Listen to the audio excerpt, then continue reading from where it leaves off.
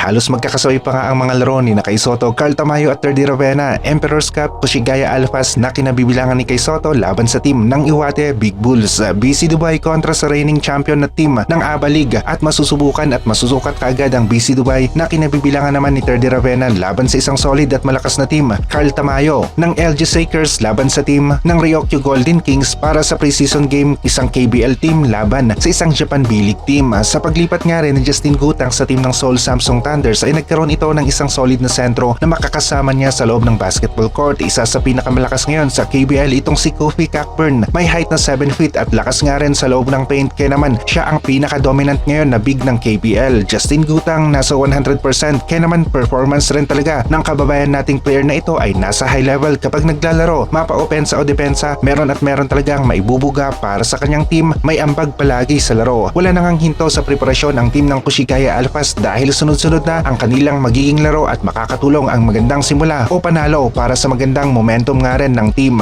Game day na nga ng Kushigaya Alphas laban sa team ng Iwate Big Bulls. Ito na ang susunod sa Emperor's Cup at parehong naghanda ng mabuti ang dalawang teams na ito kaya naman isang magandang laban ang ating mapapanood. Mas maraming panalo ang naitala ng Kushigaya Alphas laban sa team ng Iwate Big Bulls sa kanilang head-to-head matches last season kaya naman masasabi natin na lamang ng konti ang Kushigaya Alphas. Mas marami ang pabor na sila ang mananalo sa game na ito sa Emperor's Cup kung sa stats at record ang basihan, pero hindi naman ganon na lamang kadaling magpapatalo ang Iwate Big Bulls at asahan natin ang magandang laban. Posibleng-posible pa rin ang upset laban sa team ng Kushigaya Alphas dahil may mga tikit rin na score ang Kushigaya at Iwate Big Bulls na nakita natin sa latest head-to-head matchup ng dalawang teams na ito. AJ Edo unti-unti namang bumabalik ang laro sa hardcourt at nagkaroon nga rin ng mga plays sa team ng Nagasaki Velka. Fresh na fresh si AJ Edo mula sa recovery ng kanyang injury kaya naman kakailanganin rin niya ng konting oras para magpainit sa hardcourt at maibalik ang kanyang 100% sa paglalaro ng basketball at tuluyan na ngang maalis ang kalawang dahil may katagalan nga rin na hindi ito nakapaglaro. Nakita natin na nasa maganda-ganda at 100% na si AJ Edo pagdating ng second window ng FIBA Asia Cup Qualifiers. Kasali si AJ Edo sa rotation ng Nagasaki Velka at malakas nga rin ang team na kinabibilangan niya ngayon dito sa Japan B1 B-League. Maging ang BC Dubai nga rin na kinabibilangang team ngayon ni Terdy Ravenna ay maglalaro na nga rin sa 22 at sa kanilang first game ay makakalaban kaagad nila ang reigning ABA League champion. Masusukat kaagad ang kakayahan ng BC Dubai sa ABA League at kung kaya ba nila ang kalibre ng isang champion team. Kung magawa ni Terdy Ravenna at ng BC Dubai na manalo sa game na ito ay posible na umabot sila sa playoffs na pwedeng magtuloy-tuloy hanggang sa finals. Hindi biro ang mga reigning champion teams ng mga liga dahil na rin sa mataas pa rin ang kalibre ng kanilang laro at sila pa rin ang team to beat. Malalakas ang kanilang mga players, karamihan ay nanatili sa kanilang team para depensahan ang kanilang corona. LG Sakers ng KBL na kinabibilangan ni Carl Tamayo laban sa kanyang dating team